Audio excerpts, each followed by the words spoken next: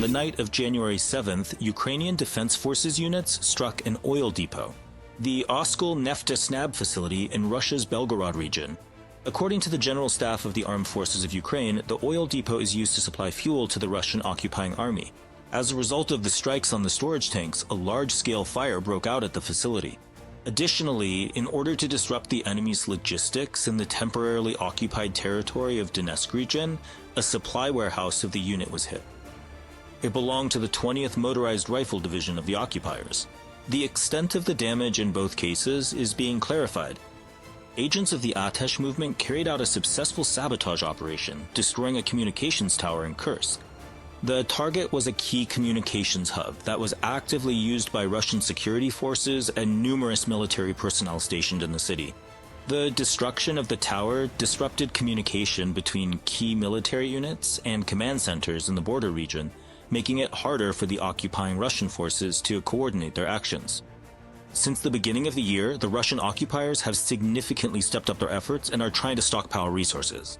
In the Serebryansky forest of the Luhansk region, according to the 81st Air Mobile Brigade of the Air Assault Forces of the Ukrainian Armed Forces, Ukrainian soldiers are doing everything they can to thwart the enemy's plans. Drone operators from the Apache Unmanned Systems Battalion are deliberately targeting Russian logistics, destroying concentrations of vehicles and personnel of the Russian army. Just in the past 24 hours, Ukraine's defense forces have eliminated 2 occupiers, destroyed 2 buggies, an ATV, 4 motorcycles, and 5 enemy shelters. It should be noted that the entire Donetsk region is one of the enemy's main directions for offensive operations.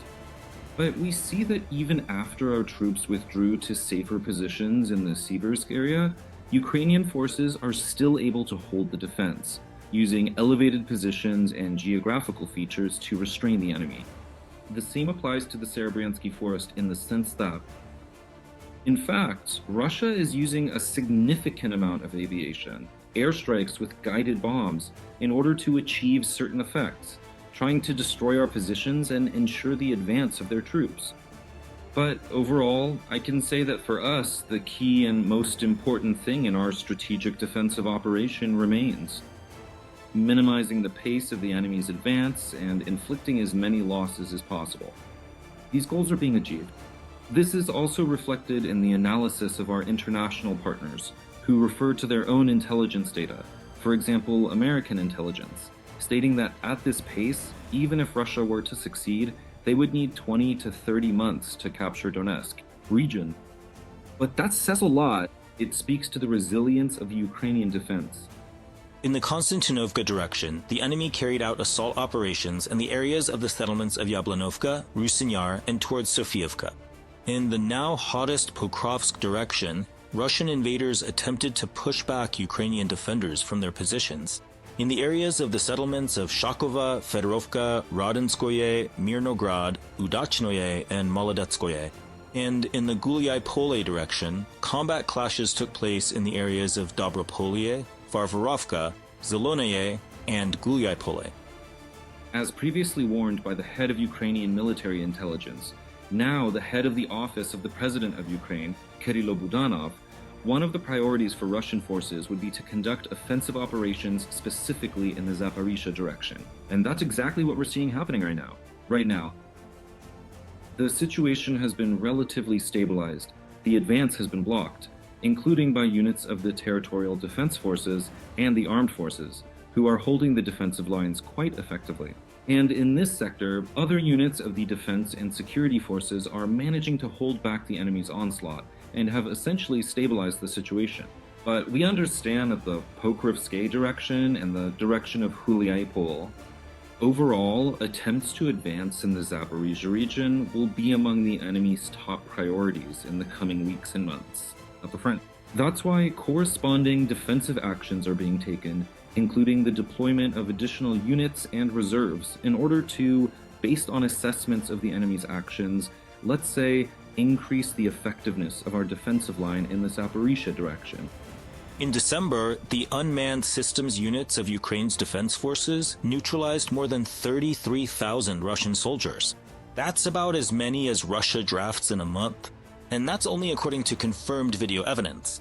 Over the course of the month, Ukrainian unmanned aerial systems carried out about 339,000 missions, while ground robotic systems completed nearly 2,100. At the same time, the number of targets hit increased by 31%. We are fully aware of what we'll have to face in the very near future, and exactly what needs to be done to neutralize the enemy on the battlefield of unmanned systems. In modern warfare, this is the top priority. To this end, among other things, I have tasked the formation of a special unit designed to effectively identify and destroy the enemy's high-tech drone units, control centers, and crews of the occupying unmanned aerial vehicles. Those who have an advantage in the quantity and quality of unmanned systems save more of their warriors and destroy the enemy more effectively. And we continue to hold the advantage in the number of applications. FPV drones. Alexander Syrsky, Commander-in-Chief of the Armed Forces of Ukraine, on Telegram. Over the past 24 hours, Ukrainian defense forces have eliminated another 1,040 Russian occupiers. The General Staff of the Armed Forces of Ukraine reported this. Thus, the total losses of the Russian army during the full-scale invasion exceeded 1,214,000 people. In addition, Ukrainian defenders destroyed 3 tanks, 2 armored fighting vehicles, 26 artillery pieces, and 2 multiple rocket launchers yesterday. They also disabled 123 units of Russian vehicles and special equipment. Joining our broadcast is Malomuzh, General of the Ukrainian Army and head of the Foreign Intelligence Service of Ukraine from 2005 to 2010. Mykola Grigorovich, follow.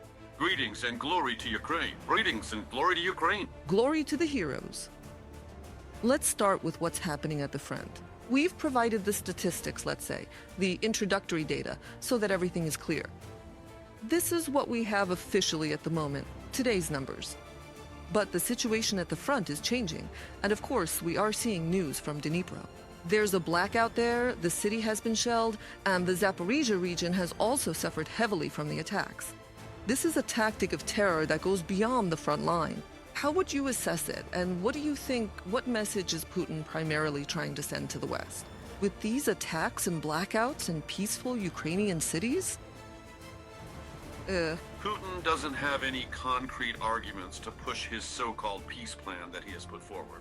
28 points. He assumes that after our delegation's consultations in the US with European partners, and especially the recent meeting in France, of course, those positions will be formulated, the ones he does not accept. First of all, this concerns territories, the armed forces of Ukraine, support, our ally, especially the national forces, and other points as well. That's why he acts in the same strategic way, like carrying out acts of terror. Why? In order, first and foremost, to force Ukrainians, the citizens of Ukraine, through terror in specific cities. You see, they carry out targeted attacks. One time he targets Zaporizhia, then Dnipro and the Dnipropetrovsk region, then Kharkiv, Sumy. Sometimes it's the capital of Ukraine, sometimes it's western Ukraine. In other words, sector by sector, the goal is to crush the spirit of Ukrainians. These are attacks that result in civilian casualties, the destruction of ordinary people, including children. And on the other hand, of course, it's about targeting energy and other infrastructure facilities, with the aim of making people suffer during the winter. Right now, this is the kind of terror we're seeing, a violation of all the principles of international law, the Vienna Convention. It is classified as a global act of terrorism. And every country in the world has a clear definition of this in its legislation. Global terrorism and acts of terror are criminally punishable and must be stopped immediately by any available means. But of course, the global community is still not ready for such an action, even though we are trying to build the forces that will counteract this kind of terrorism. At this moment, Putin is acting, to be honest, cynically. On one hand, there's the suppression of people, and on the other, an increase in attacks on the front lines. It's a kind of symbiosis, as he says.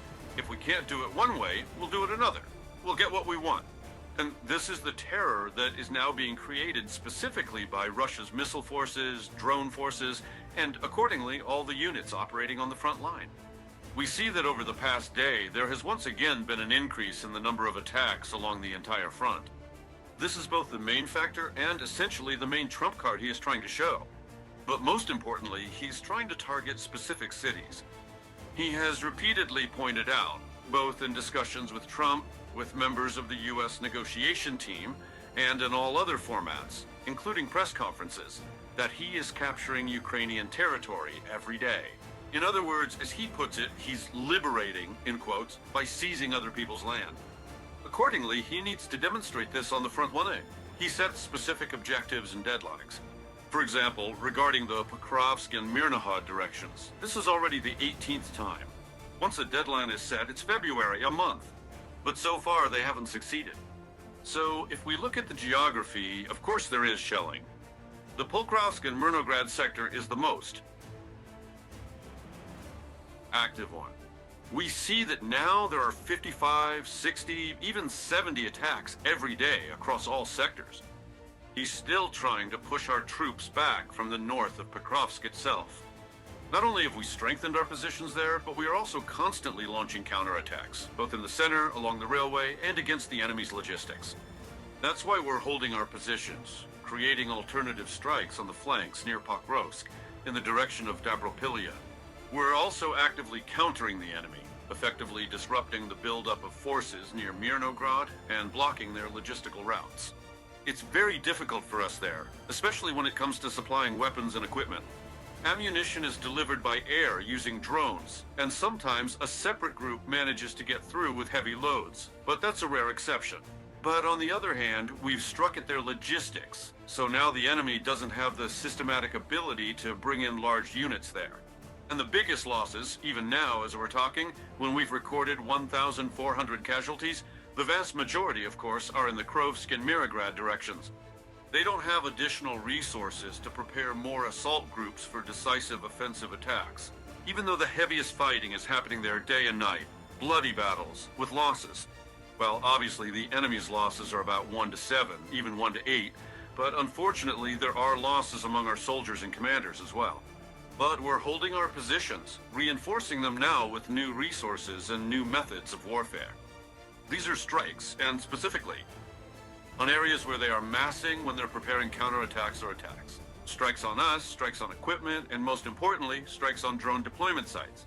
This is already the right approach, so that they don't fly over our positions every day, practically every second, searching for our locations, especially in the front line zone. And strikes where they are concentrating drones and launchers, that's the most effective way to neutralize them. Of course, if we take on other fronts, Konstantinovka has long been set as a target by Putin to capture Konstantinovka as a foothold for further advances in the Donetsk sector and to seize the entire Donetsk region, including Kramatorsk and from the north, Slavyansk. That's why the Kramatorsk area, specifically the Konstantinovka sector, is seeing this kind of increased activity.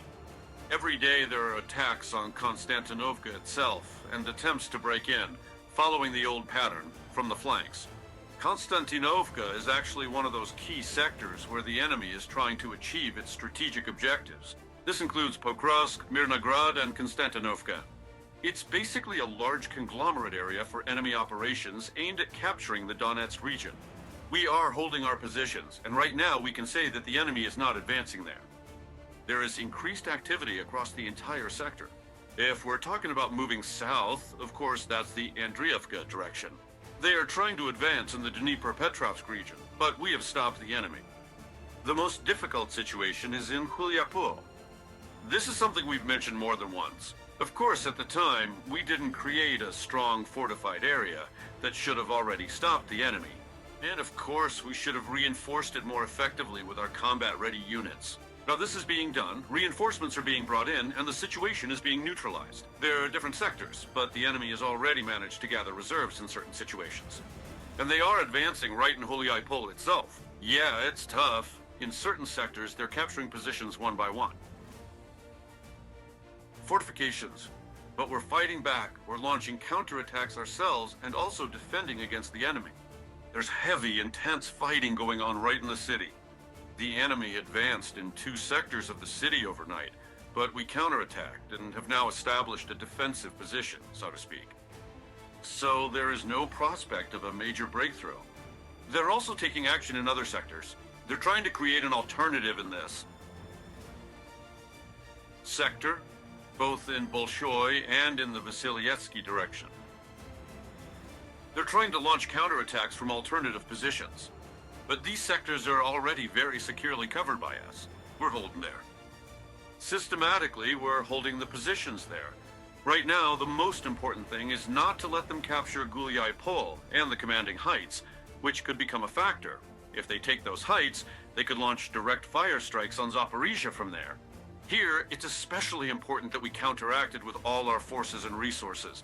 But if we look at the whole front, the enemy tried to advance near, if we take the north, Yunyakivka, that's the Sumy region. There were counterattacks there, we repelled them, but the enemy did manage to advance a few hundred meters. The same goes for Volchansk. There was an attempt to enter. The enemy advanced further in the city again, but we pushed them back during the night. Very effectively. The enemy's Achilles heel is